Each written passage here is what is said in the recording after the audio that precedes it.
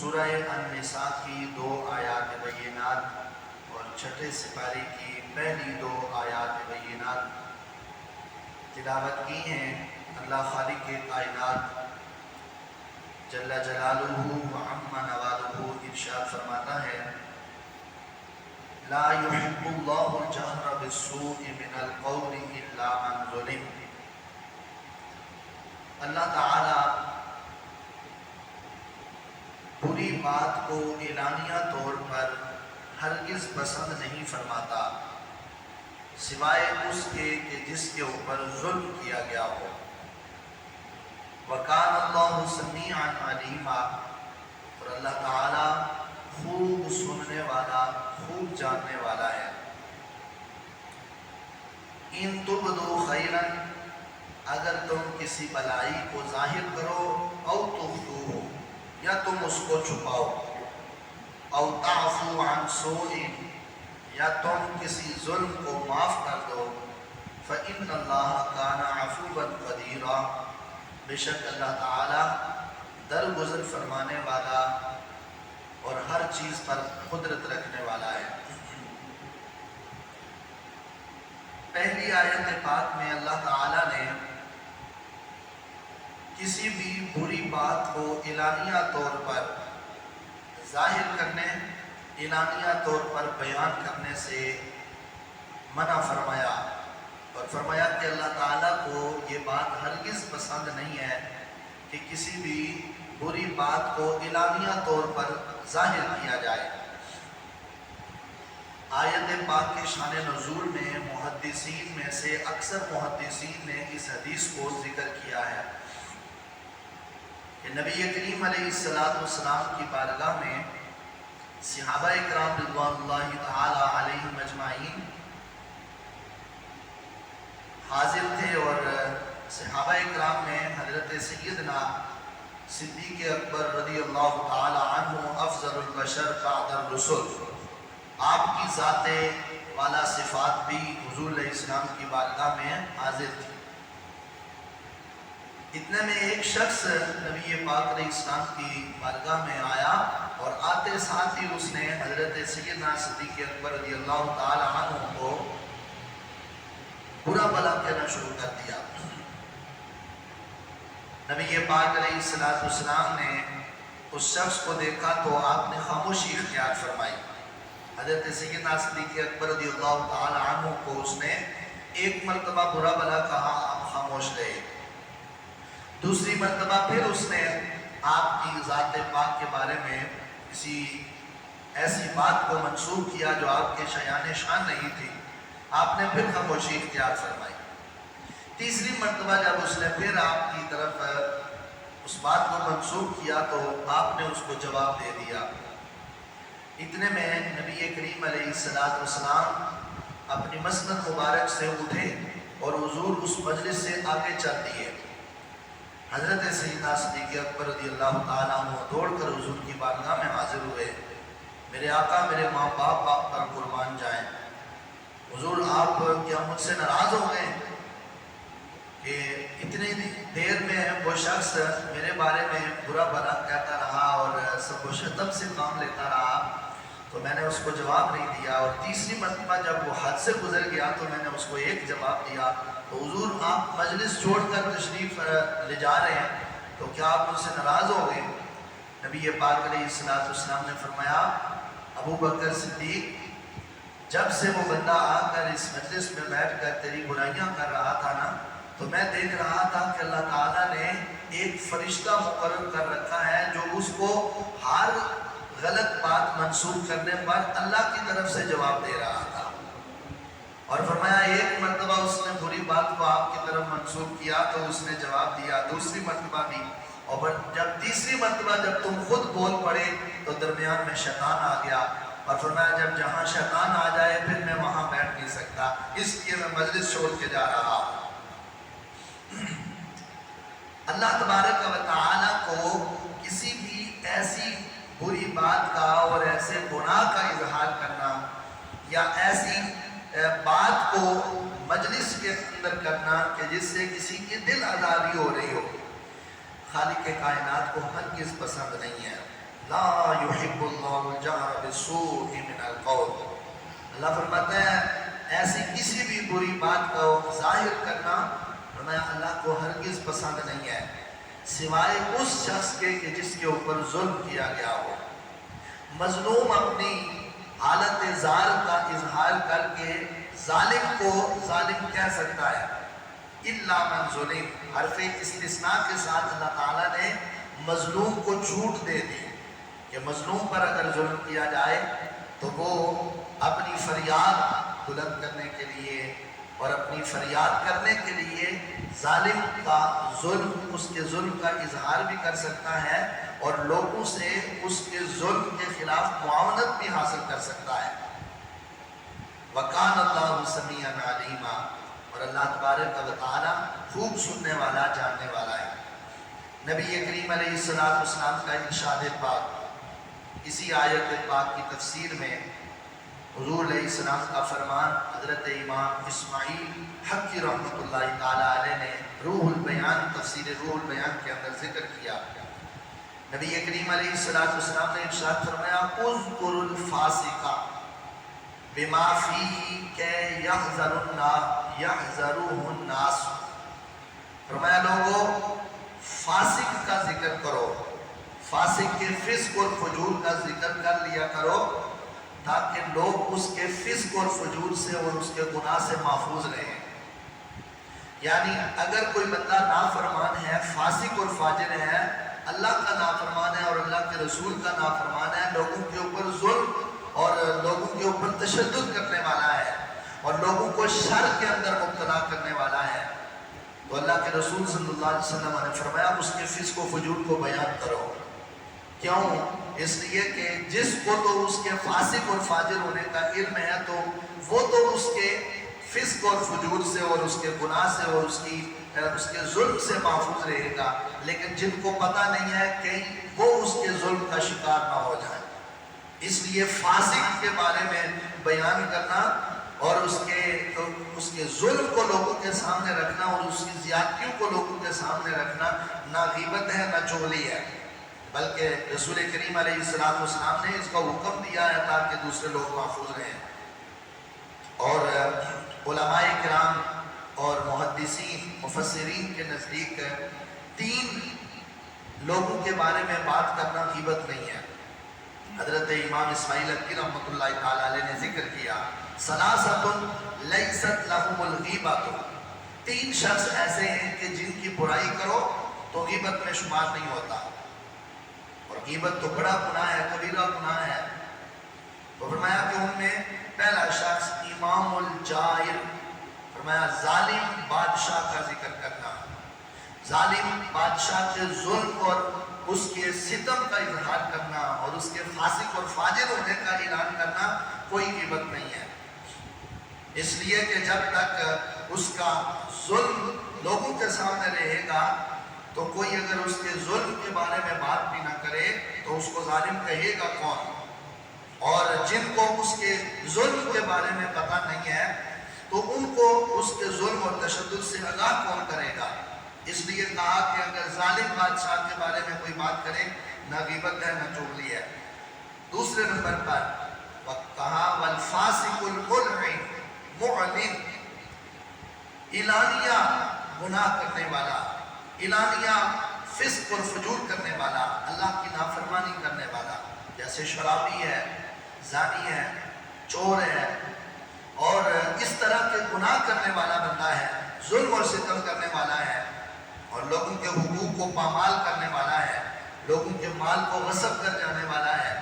بددیانتی کرنے والا ہے. یہ سارے کے سارے اعمال جو ہیں وہ فسق کے اندر آتے ہیں. کہا ایسا اعلانیہ فسق و فجور کرنے والا شخص کہ جس کا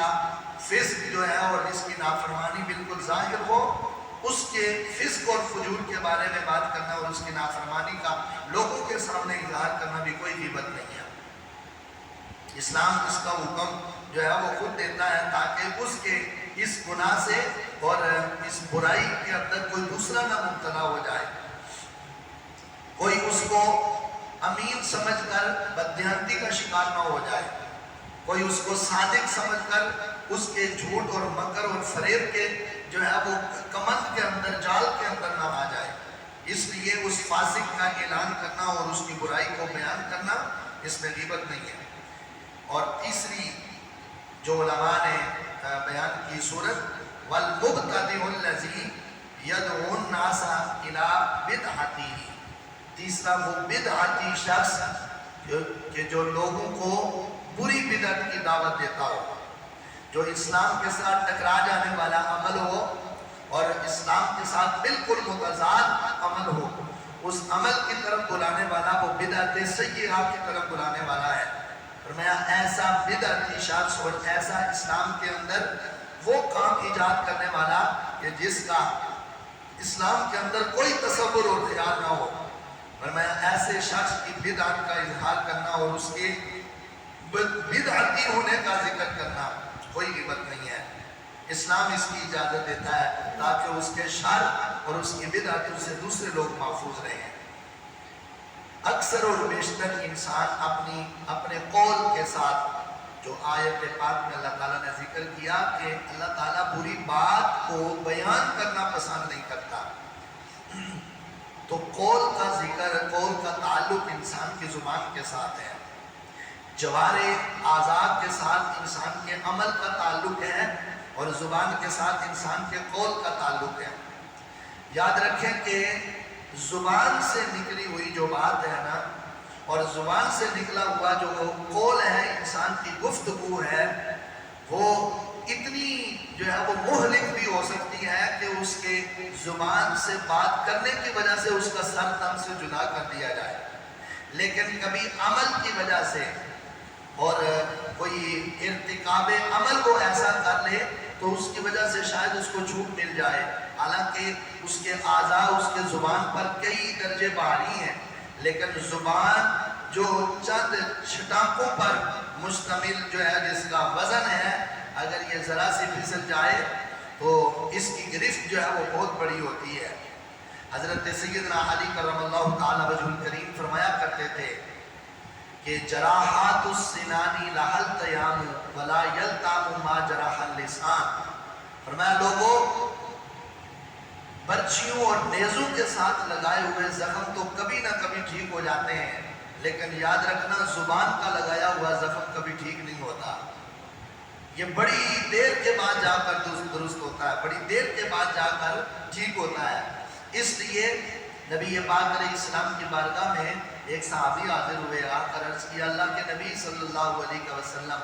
مجھے ایک بات ارشاد فرما دیجئے کہ جس پر میں عمل کروں تو مجھے نجات حاصل ہو جائے، مجھے نجات مل جائے، بس ایک بات ارشاد فرما دیجئے، بس میں مختصر بات ہو، ایک ہی بات ہو تو اس پر عمل کروں اور مجھے نجات مل جائے۔ تو اللہ کے محبوب علیہ السلام نے اپنی زبان مبارک کو اپنے دست مبارک سے پکڑ کر فرمایا، اسے اپنے کنٹرول میں کر لو، فرمایا تمہاری زندگی کی نجات کا دار و مدار صرف اسی پر ہے، اسے اپنے کنٹرول میں رکھو تو تم نجات پا جاؤ گے۔ حضرت امام اسماعیل حقی رحمۃ اللہ تعالی علیہ نے یہاں ایک حکایت ذکر کی اسی آیت پاک کے تحت۔ ابن سکیت، یہ متوکل باللہ کی جو کہ خلیفہ وقت تھا، اس کی صحبت میں بیٹھا ہوا تھا ابن سکیت، تو متوکل باللہ کی صحبت میں بیٹھے ہوئے، اتنے میں متوکل باللہ کے دو بیٹے متعزز باللہ اور مؤید باللہ، یہ دونوں وہاں سے گزرے، تو اس متوکل باللہ وقت کے خلیفہ نے اور بادشاہ نے ابن سکیت سے کہا کہ یہ جو دو میرے صاحبزادے یہاں سے گزرے ہیں، یہ بتاؤ کہ تمہیں یہ زیادہ پیارے لگتے ہیں یا امام حسن و حسین زیادہ اچھے لگتے ہیں؟ متوکل باللہ وقت کا بادشاہ تھا اور وہ اس کے شہزادے تھے، تو ابن سکیت نے جب اس کی یہ بات سنی تو اس نے بڑا پیارا جواب دیا، اس نے کہا متوکل باللہ تو اگرچہ وقت کا بادشاہ ہے اور وقت کا خلیفہ ہے، لیکن سن، تو اپنے بیٹوں کو مقابلے میں کھڑا کر رہا ہے امام حسن و حسین کے، کہ تو پوچھ رہا ہے کہ میرے بیٹے زیادہ خوبصورت ہیں یا امام حسن و حسین زیادہ خوبصورت ہیں، تو میں تجھے جواب دینا چاہتا ہوں کہ تیرے بیٹے اور امام حسن و حسین کی کیا نسبت؟ حضرت سیدنا علی کرم اللہ تعالی وجہ الکریم نے اپنی خدمت کے لیے جو غلام کمبر رکھا ہوا تھا نا، تیرے بیٹے تو حضرت علی المرتضیٰ کی خدمت میں رہنے والے غلام کمبر کا بھی مقابلہ نہیں کر سکتے کہ چہ جائے کہ تو امام حسن و حسین کے ساتھ مشابہت کا کہہ رہا ہے۔ جب متوکل باللہ کی صحبت میں اس کے دربار میں ابن سکید نے یہ بات کہی تو وہ غیظ و غضب کے اندر آ گیا، جلال میں آ گیا، بادشاہ تھا۔ اس نے کہا کہ اس کی زبان بدی سے نکال کر پھینک دو۔ اس کے حکم پر عمل کرتے ہوئے اس کی زبان کو نکال دیا گیا۔ لیکن اور یہ وہ شخص تھا ابن سکید کے جو یہ متوکل باللہ کے بیٹوں اور اس کے شہزادوں کا استاد بھی تھا۔ اس نے یہ واقعہ ہونے سے پہلے اپنے جو ہے وہ شاگردوں کو اور متوکل باللہ کے بیٹوں کو یہ شعر پڑھ کر سنایا تھا۔ اس نے کہا تھا یصاب الفتى من عسرة بلسانه وليس يصاب المرء من عسرة الرجل فعسرته في القول تذهل رأسه وعسرته في الرجل تبرع عن محلی على محلی۔ اس نے کہا کہ یہ شعر پڑھ کر اپنے شاگردوں کو سنایا تھا۔ اس نے کہا تھا میرے شاگردوں سنو، انسان کی گرفت جو ہوتی ہے نا وہ سب سے زیادہ اس کی زبان کی وجہ سے ہوتی ہے، اور کبھی کبھار انسان کی زبان کا پھسل جانا اس کے پاؤں کے پھسل جانے سے زیادہ نقصان دہ ہوتا ہے۔ اس لیے کہ پاؤں پھسلے تو انسان گرتا ہے اور گرے تو چوٹ لگتی ہے، جسم زخمی ہوتا ہے، لیکن ایک نہ ایک دن پھر سے وہ تندرست ہو جاتا ہے، زخم صحیح ہو جاتا ہے۔ لیکن زبان جب پھسل جاتی ہے نا تو پھر اس کے پھسلنے کی وجہ سے ایسا بھی ہوتا ہے کہ اس کا سر جو ہے وہ اس کے جسم سے اتار دیا جائے۔ کوئی ایسا کلمہ وہ زبان سے بول دے کہ جس کا صرف اور صرف ایک ہی حل ہو کہ اس کا سر جو ہے وہ نب سے جدا کر دیا جائے۔ کوئی کفریہ کلمہ بول دے، کسی کی گستاخی کر دے، قرآن کی توہین کر دے تو اس کا تو ایک ہی حل ہے کہ اس کا سر تن سے جدا کر دیا جائے۔ تو کہا یہ جو گناہ ہے نا اس کا، یہ اس کی زبان کی وجہ سے ہوا۔ تو بسا اوقات زبان کے ایک گناہ کی وجہ سے انسان اتنی بڑی مصیبت کا شکار ہو جاتا ہے اور اتنے بڑے نقصان کا شکار ہو جاتا ہے کہ جس کی تلافی ساری زندگی نہیں ہو پاتی۔ اس لیے اللہ تبارک و تعالیٰ نے فرمایا کہ اپنی زبانوں کو کنٹرول میں رکھو اور کبھی بھی بلند آواز سے اپنے گناہ کا اور اپنے کسی بھی ایسے برے قول کا ذکر لوگوں کے سامنے نہ کرو۔ اللہ تعالیٰ کو یہ قول ہرگز پسند نہیں ہے، سوائے اس کے کہ جس کے اوپر ظلم کیا گیا ہو۔ اگر وہ اپنے اس ظلم کا اظہار کرتا ہے، اپنی مظلومیت کا اظہار کرتا ہے، تو اللہ تعالیٰ نے اس کو چھوٹ دی ہوئی ہے۔ اور فرمایا کہ جو تم باتیں کرتے ہو نا، تم یہ سمجھو کہ تم بول کر بتاؤ گے تو اللہ کو پتہ چلے گا، یا جو بول کر نہیں بتائے گا تو اللہ کو پتہ نہیں چلے گا۔ اللہ فرماتا ہے ایسا نہیں ہے، ان تبدو خیرن او تخفوہ او تعفو عن سوء، کسی برائی کسی اچھائی کو تم ظاہر کرو یا نہ کرو، اور کسی اس کو تم چھپاؤ یا ظاہر کرو، یا تم کسی برائی کو درگزر کر دو، فَإِنَّ اللَّهَ كَانَ عَفُوًّا قَدِيرًا، وہ اللہ تعالیٰ کے علم میں بھی ہے، اللہ تعالیٰ اس کو اس سے درگزر کرنے والا بھی ہے اور اس پر انتقام لینے پر قادر بھی ہے۔ اللہ کے سامنے کوئی انسان کا کوئی عمل اور اس کا کوئی تصور اور کوئی خیال چھپا ہوا نہیں ہے۔ دلوں کے خواطر اور خواہشات اور تصورات جو انسان کے دل کے اندر گزر رہے ہوتے ہیں، اللہ اس سے بھی واقف ہے۔ اس کی شان ہے علیم بذات، انہ علیم بذات الصدور، وہ اللہ وہ ہے کہ جو دلوں کی باتوں کو جانتا ہے، دلوں کے رازوں کو جانتا ہے۔ تو جب وہ اللہ دلوں کے رازوں کو جانتا ہے تو پھر اس کو بلند آواز سے کوئی پکارے یا آہستہ آواز میں پکارے، اس کے ہاں سماعت کے اندر کوئی کمی نہیں ہے کہ کوئی چیخ چلا کر اس کو پکارے گا تو وہ زیادہ سنے گا، اور کوئی آہستہ پکارے گا تو وہ اس کی بات کو نہیں سنے گا۔ وہ ہمیشہ سننے والا اور ہمیشہ جاننے والا ہے۔ اس کی بارگاہ میں انسان کو ہر وقت ڈرتے رہنا چاہیے اور بری بات کے اظہار سے بھی گریز کرنا چاہیے، اپنے گناہ کے اظہار سے بھی گریز کرنا چاہیے۔ انسان کبھی گناہ کرتا ہے تو وہ اللہ کی ہاں اس کا گناہ لکھا جاتا ہے، لیکن کبھی اس گناہ کا اظہار لوگوں کے سامنے جب کرتا ہے، میں نے جی یہ فلاں یہ کام کیا، میں نے فلاں کو فلاں اس طرح جو ہے وہ پھنسا دیا، تو یہ اس کا ایک گناہ تو وہ تھا جو اس نے اللہ کی نافرمانی کی، اب اس گناہ کا اظہار کر دیا، تو گناہ کا اظہار کرنا بھی اللہ کے ہاں گناہ ہے، تاکہ کوئی تمہارے گناہ کو سن کر اپنے گناہ پر دلیر نہ ہو جائے۔ اللہ تبارک و تعالی ہمیں قرآن و سنت کی سمجھ عطا فرمائے اور ہمیں اس پر عمل کرنے کی توفیق عطا فرمائے۔ الصلاۃ والسلام علیک یا سیدی یا رسول اللہ وعلی آلک و اصحابک یا سیدی یا حبیب اللہ۔ الصلاۃ والسلام علیک یا سیدی یا نبی اللہ وعلی آلک و اصحابک یا سیدی یا نور اللہ۔ الصلاۃ والسلام علیک یا سیدی یا رحمۃ للعالمین وعلی آلک و اصحابک یا سیدی یا خاتم النبیین۔ بسم اللہ الرحمن الرحیم۔ اللہم صلی علی سیدنا و مولانا محمد وعلی آل سیدنا و مولانا محمد و اصحابہ وبارک وسلم وصلی علیہ۔ اللہم ربنا آتنا فی الدنیا حسنۃ وفی الآخرۃ حسنۃ وقنا عذاب النار وادخلنا الجنۃ مع الابرار یا عزیز یا غفار یا رب العالمین۔ یا الہ العالمین، ہمیں قرآن و سنت کی صحیح معنوں میں سمجھ عطا فرما اور اس قرآن کو سمجھ کر ہمیں اس پر عمل پیرا ہونے کی توفیق عطا فرما۔ یا اللہ، جو درس کا سلسلہ 2 سپاروں کی تکمیل ہوئی قرآن و سنت کا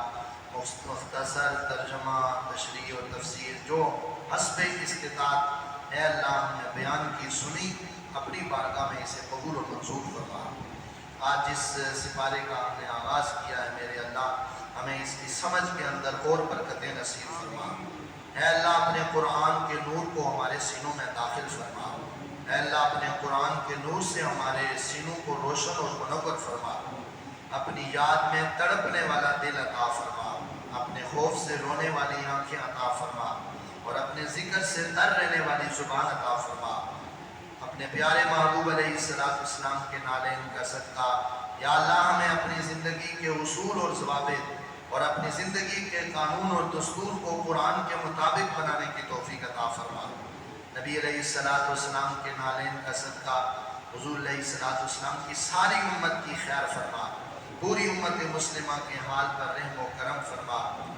نبی پاک علیہ السلام کی امت کے اندر جہاں کہیں دکھی پریشان لوگ ہیں، بے سہارا ہیں، میرے اللہ سب کی پریشانیوں کو دور فرما، بے سہاروں کو سہارا عطا فرما۔ بالخصوص ٹرینوں کے حادثے میں جو لوگ اے اللہ اس حادثے کا شکار ہوئے ہیں، میرے مالک اپنے محبوب کا واسطہ ان کے لواحقین کو صبر جمیل عطا فرما۔ یا اللہ ان کے لواحقین کو صبر جمیل اور اجر عظیم عطا فرما۔ نبی علیہ السلام کی پوری امت کو، امت مسلمہ کو ناگہانی اچانک حادثات اور آفات اور بلیات سے محفوظ و ممنون فرما۔ یا اللہ ہمیں اپنا حفظ و امان عطا فرما۔ اللہ ہمیں اپنا حفظ و امان عطا فرما۔ ناگہانی اچانک آفتوں اور بلاؤں سے ہماری حفاظت فرما اور رسول کریم علیہ السلام کے دامن کرم کا واسطہ ہم سب کے حال پر اپنا خاص لطف و کرم فرما اور اپنی خاص مہربانی عطا فرما۔ اللہم ربنا تقبل منا انکا انت السمیع العلیم وتب علینا یا مولانا انکا انت التواب الرحیم۔ صلی اللہ تعالی علی حبیبہ سیدنا و مولانا محمد و آلہ و صحابہ اجمعین۔